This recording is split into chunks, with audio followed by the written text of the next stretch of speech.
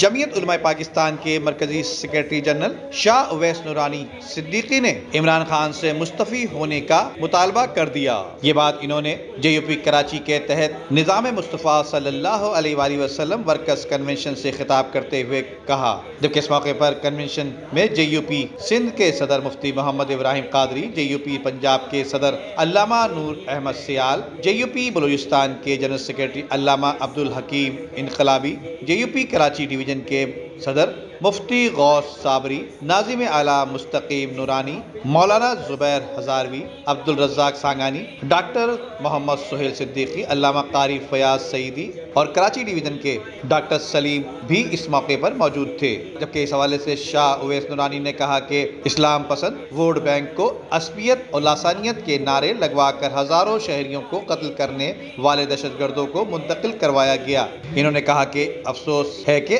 اعلیٰ عدلیہ کے لیے سینکڑوں لوگوں کے ناحق قتل پر انصاف فراہم کرنے سے زیادہ بلڈنگیں گرانا مقصود ہے۔ کراچی کے حقوق پر اس بہتر شعور کے زمانے میں آج بھی صرف سیاست کی جا رہی ہے، جبکہ انہوں نے مزید کہا کہ ہمارے مقابلے میں نئی جماعتیں بنا کر سنجیدہ فکر و قومی سیاست کرنے والی جماعت سے حق نمائندگی چھینا گیا ہے۔ اس حوالے سے جمعیت علماء پاکستان کے جنرل سیکرٹری شاہ اویس نورانی نے مزید کہا کہ اختیارات نہ ہونے کا رونا رونے والے کراچی کی تباہی کے ذمہ دار ہیں۔ کراچی کے لوگوں کو اپنی اصل جماعت کو مضبوط کرنا ہوگا، کھوکھلے نعروں اور بزدل رہنماؤں سے جان چھڑانا ہوگی۔ یہ کنونشن کراچی کی تنظیمی سب بندی کرنے کا آغاز ہے، جبکہ بلدیاتی انتخابات میں بھرپور حصہ لیں گے۔ کنونشن میں متفقہ قرارداد میں وفاقی اور صوبائی حکومتوں سے مطالبہ کیا گیا کہ بلدیہ عظمیٰ کراچی نے نمائش چورنگی کو باضابطہ علامہ شاہ احمد نورانی کے خدمات کے اعتراف میں نورانی چورنگی کے نام سے منسوب کرایا تھا، لہٰذا گرین لائن کے منصوبے میں نمائش چورنگی کو اس کے آفیشل نام